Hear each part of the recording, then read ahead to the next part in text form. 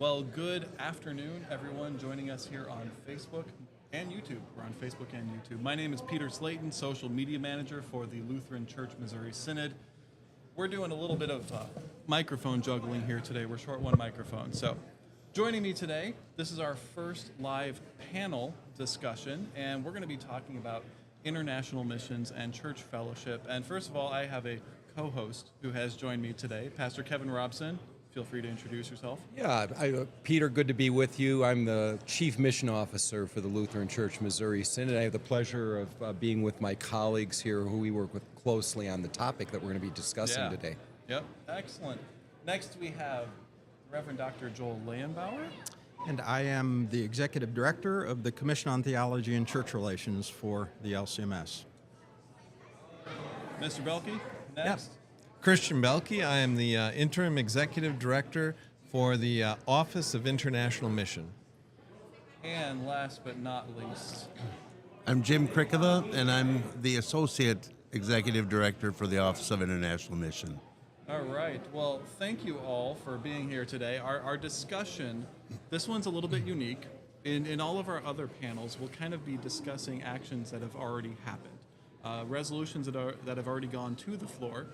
You guys are all talking about international missions and church relations, none of which have come to the floor yet. So normally I would start, actually we can still do that. Pastor Robson, if you would just give us a quick recap, 1-2 minutes, what has gone on in the convention so far in terms of actions and where are we at in terms of business? Sure. We actually have been doing a lot of preliminary work this morning. First of all, we began with worship, which is what we're immersed in here at the convention. But beyond that, a number of mechanical issues dealing with voting procedures, standing rules for the way in which we work with one another in the convention. And we began a little bit of work just before lunch with floor committee number 4 and dealing with just a very beginning resolution that actually got sent back to the floor committee. So we're off to a rip-roaring start here, Peter. No action taken. Take that back and rework it. Yeah. All right, so that's where we're at. Let's go to our first question then. Let's discuss church fellowship. And Dr. Lehebauer, we're going to start with you. First of all, with church fellowship in the LCMS, how does that work? Yeah, it's really, there are actually 4 different tracks in our bylaws, 4 different ways that we could recognize fellowship with another church body. Probably better not to get into the technicalities of those tracks, but we're actually going to be using 3 of, if all goes as planned, 3 of those tracks at this convention. So it's kind of a teaching thing for delegates. How did it work with Sudan? How did it work with Finland? How did it work with Ukraine? There are different ways. Any of the ways that are used ultimately, though, end up at the Synod Convention. And the delegates have an important responsibility of deciding whether the discussions that have taken place leading up to fellowship, that they're satisfied with those discussions and the conclusions of those discussions.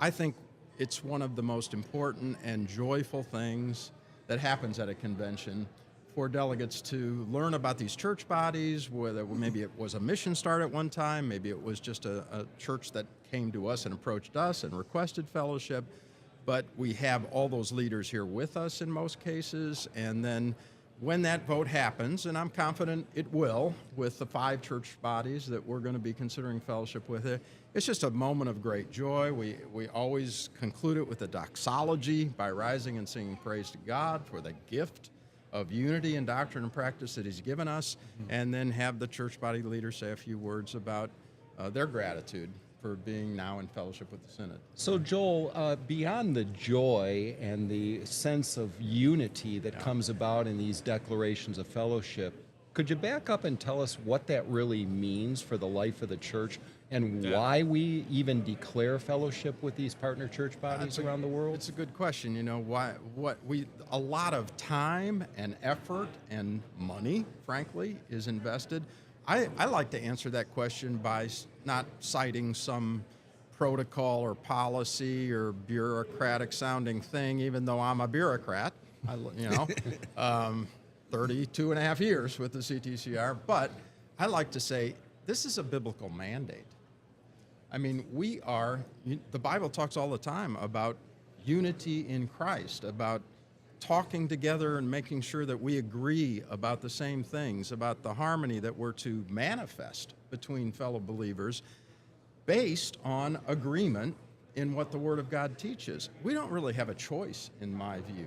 If Jesus told us to do this, to seek out other believers with whom we are like-minded or are trying to be like-minded about things. So it's not like, let's not do that anymore. No, we kind of have to do it. And when a church body approaches us and says, we want to be one with you, we think we are one with you in doctrine and practice, we really have no choice but to sit down with them, see if that's true. If it isn't true, try to get it to be true, and then to get to the point where we can celebrate and recognize that fellowship, which then opens the door to, we have relationships in some ways with all Christians, but the formal relationship of church fellowships allows us to share in worship together, to share pulpits together, to share the altar together and the Lord's Supper together, and then to work together much more closely than we're able to with Christians that we don't have that relationship with. You mentioned the investment of time and resources to get to this place that we're at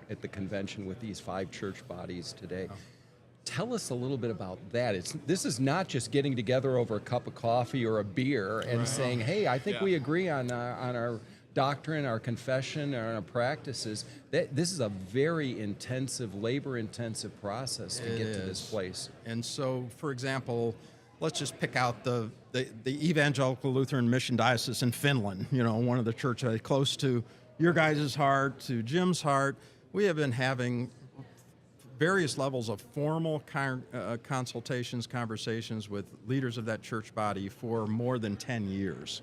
So not just like, 6 months ago, can we talk? No, this has been going on a long time. Often we go to that country and have those discussions because you learn things about a church being there, that you wouldn't learn otherwise. And they come here. We have teams of people that engage in those kinds of discussions. And then there is this commission that I serve, the Commission on Theology and Church Relations, with 16 voting members and 4 advisory members. Ultimately, those leaders come into our group, our commission, and get kind of grilled, and asked questions. Are you sure, that you understand this and agree with this? And so we're the final group that kind of vets that fellowship before it comes to the convention here, and we put it before the delegates. All right, so that brings me to my next question for you, and then I want to talk to Mr. Boehlke a little bit about our alliance missionaries, because that's really and truly a natural outgrowth of church fellowship. But my question is, why is declaring church fellowship, a recognizing church fellowship, why does that come before convention? Why does it come to this body to ratify, to endorse? There's various different words that we use. Why does it come here? Well, before when you asked me a question, I went straight to the Bible. Now I'm going to go straight to the handbook. This is a procedural handbook question, yes. That's what our bylaws require. They require. Now, at the convention in 2010, I'll keep this short, 13 years ago, we introduced a new clause into the bylaw that actually allows the president of the synod, in certain cases, on the recommendation of the Commission on Theology and the Presidium, to recognize fellowship. It's sort of not a shortcut, but a faster track to that. Okay. And I won't go into all the reasons why that was introduced. So the president now can actually do that, but even when the president does it, it still has to come to the convention to be ratified, because this is a church body recognition. It's not just Joel Lehebauer thinks it's a good idea, or Kevin Robson, or the mission guys think it's a good idea. We want our whole church body to put their stamp of approval on this, and ultimately it potentially impacts their lives too. Some of these people out walking around right now, they go to these countries, and they have relationships, and they support people and churches and get involved in activities. So it has impact for our whole church body, not just a few of us or a few offices or departments. So, Mr. Boehlke, tell us about that impact. The Alliance Missionary Program that we've well, is program the right word? I don't know if that's the right word for Yeah, this. yeah. Program is the right word. You may have heard program and project interchanged. Yeah. Some of that, the project is really that specific country or church body we're working with, but the program overall highlights a number of the church bodies that we work with. And maybe to go off of what Dr. Lehebauer was saying and to back up a little bit, one of the routes to fellowship is a mission start, a mission plant of the LCMS. And as the delegates will hear at this convention, the Lutheran Church of Brazil, who at one time was a mission district of the LCMS, a church body with whom we are now in fellowship, has been our largest partner in this Alliance Missionary Program, and has been a number of years in the making. But what happens is, as church bodies with whom we're in fellowship continue to grow and mature, they have a desire to send out pastors as missionaries. And the Alliance Missionary Program allows those church bodies to call pastors to be sent as missionaries, and those missionaries are then sent alongside our LCMS missionaries to accomplish the work of spreading the gospel, planting churches, and showing mercy. I think I was saying, do you have anything to add to that? Well, I think just to put these two pieces together, when we declare fellowship with a church, it's the beginning of a working, dynamic relationship. It isn't just sitting back and saying, well, that's done now, and it's great that we're in fellowship with one another. We actually put our work into action in the mission field in advancing the kingdom of God together with these beloved church partners. By the way, which I don't know how many dozens of representatives that we have from our beloved church partners at this convention. It's a sign of our mutual commitment to work closely with one another in collaboration. I'm wondering if Jim might be able to tell us a little bit about this Alliance Missionary Program. There's all kinds of benefits that accrue from us working this way with our church partners. I'm wondering if you might comment on the advantages of this kind of creative approach. Sure. I think we can say that the alliance concept kind of started in Latin America, and it makes a lot of sense there because they have a common language. I know Brazil is Portuguese and the rest of them are Spanish, but many of these, Spanish people can go from one Spanish-speaking country to another. In the other regions, we do run into the problem of a great variety of languages that we're trying to serve, and they're not easy ones. I was the regional director in Eurasia for a while, and you have the Slavic languages, and they're exceedingly difficult, and it takes our missionaries a much longer time to become fluent in those languages. And then when we do have partner churches that we're working with, and we have a lot of them, and you find people along the way in those churches, and they're ready to go. They've got the language because it's their native language, and of course they have to probably learn to speak English to those of us who can't speak their language. But it really gives depth to what we can draw on for our mission work. We have our own missionaries, and of course they're the most important, really. But with the help of people from these countries, they help grease the skids sometimes, because they know the turf that we're working in, the terrain, the society, the culture, and all that stuff better than we do. So I've had some experience with it, and I've just loved it. And they've been some of the really great missionaries that we've been privileged to work with. I have a question for everyone at the table here, from Pastor Robson all the way down to Pastor Krikava. Why is it that churches all around the world are seeking fellowship with the LCMS? What is it that's drawing them? And maybe this goes back to how we started with the church fellowship, but I like having conversations that go full circle. So, yeah, one way of I think viewing that question, one perspective on it anyway, key aspect of that, Peter, is that The number one request that we get from our church partners is assistance in theological education and the formation of faithful confessional Lutheran pastors around the world.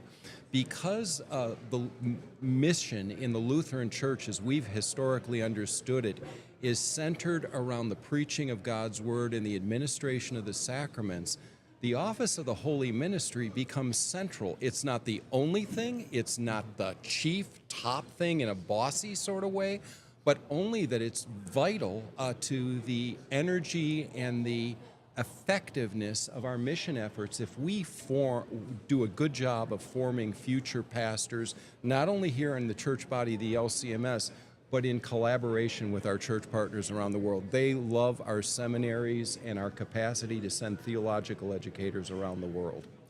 Let me throw something in on that too. The Missouri Synod, I would say one of its main fortes is theological education, and it's recognized all over the world. And in many of the regions, the region I worked in before, there's a lot of liberalism out there, and really, Missouri is one of the few that really wants to stand up and have a clear confession of Lutheranism. And so people do look to us, especially for that, and they want in. And so not only have we, brought people over to our country, to our seminary in St. Louis or Fort Wayne, but then we have been gradually setting up seminaries, regional seminaries abroad for those people to get that kind of an education, because it's expensive to somebody over here, and it's more cost effective over there. And it's I would say that'll be a big project for a number of years to come, developing that. If I could just piggyback on Jim's response, I said before, I've been on staff with the CTCR for over 32 years. When I first came on staff, it was relatively rare for church fellowship matters to come to the Synod and Convention. It was mainly our mission partners who are now kind of ready to be self-standing, independent churches.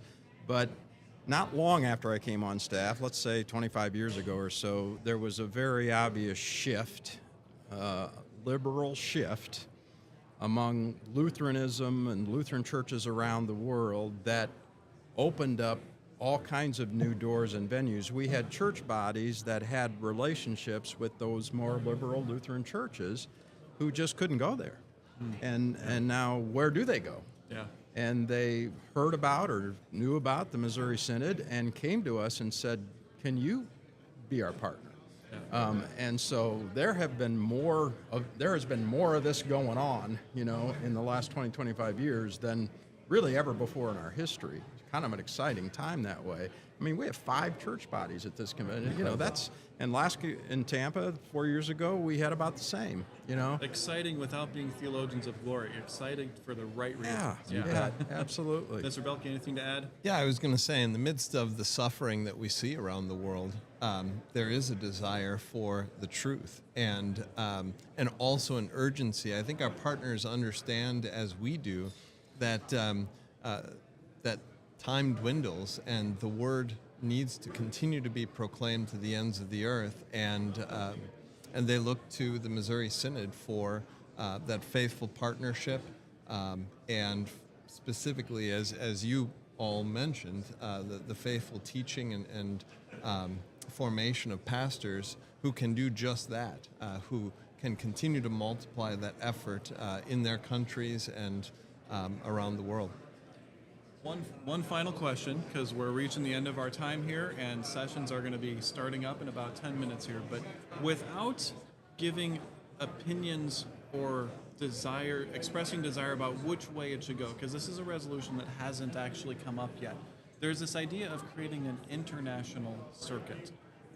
That seems to be a natural outgrowth in some ways of a lot of what we've talked about here. So we don't want to attempt to influence anything, which is why I say let's not talk about maybe our own personal opinions, but what is the intent of that resolution, or why is it a resolution? Why is it coming to the body to even discuss what's happening that's creating that? Sure, and I think I might be able to address that, Peter, and maybe to just put a little bit of a polish on your comment Great. there. Please. It's not so much maybe an international circuit, but addressing requests from independent Lutheran churches situated in foreign mission areas of the Synod around the world. We have individual congregations who may not have access to a local, immediately available Lutheran church body partner of the LCMS, and yet they are in complete agreement with us with respect to our confession and are sincerely requesting, hey, we would like to be part of the Lutheran Church Missouri Synod. In some instances, we have our own missionaries who are serving those congregations as teachers or pastors.